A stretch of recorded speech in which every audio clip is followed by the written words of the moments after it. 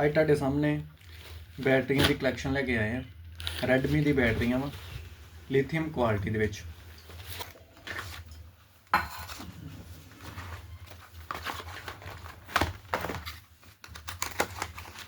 ਬਹੁਤ ਹੀ ਸ਼ਾਨਦਾਰ quality.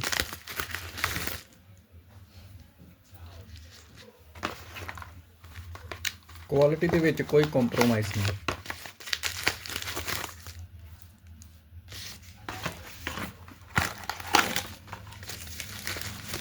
Vivo की बैटरी है बड़ी।